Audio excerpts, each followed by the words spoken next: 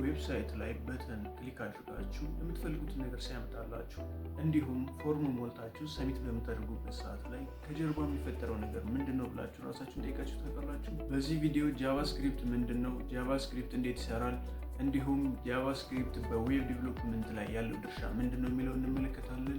ለማታውቁኝ ሰዎች ሳሙኤል እባላለሁ። ፉል ስታክ ዌብ ዲቨሎፐር ነኝ። ለዚህ ቻናል አዲስ የሆናችሁ ሰብስክራይብ በማድረግ ቤተሰብ ይሁኑ። ወደ ቪዲዮ። ጃቫስክሪፕት ዌብሳይቶች ማሰብ እንዲችሉ እንዲሁም ከተጠቃሚው ጋር ኢንተራክት ማድረግ እንዲችሉ የሚያስችላቸው ፕሮግራሚንግ ላንጉጅ ነው። ያ ማለት አንድ ተጠቃሚ አንድ ዩዘር ዌብሳይት ላይ ገብቶ የተለያዩ ሊንኮችን ክሊክ ሊያደርግ ይችላል። እነኛን ሊንኮች ክሊክ በሚያደርግበት ሰዓት ላይ እንዴት አድርጎ ዌብሳይቱ ዲቴክት ያደርገዋል የሚለውን ነገር ስንመለከት ጃቫስክሪፕት ነው ያንን ዲቴክት የሚያደርገው።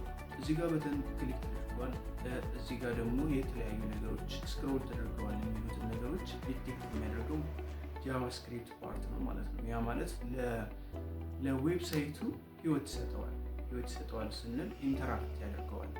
የተለያዩ ኢንተራክቲቪቲዎችን የምንሰራው ጃቫስክሪፕትን በመጠቀም ነው ማለት ነው።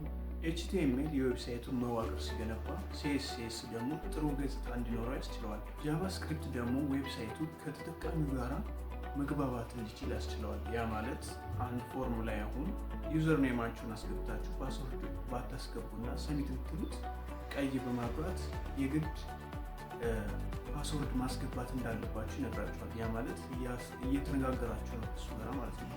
ከዌብሳይቱ ጋር ኢንተራክት እያደረጋችሁ ነው።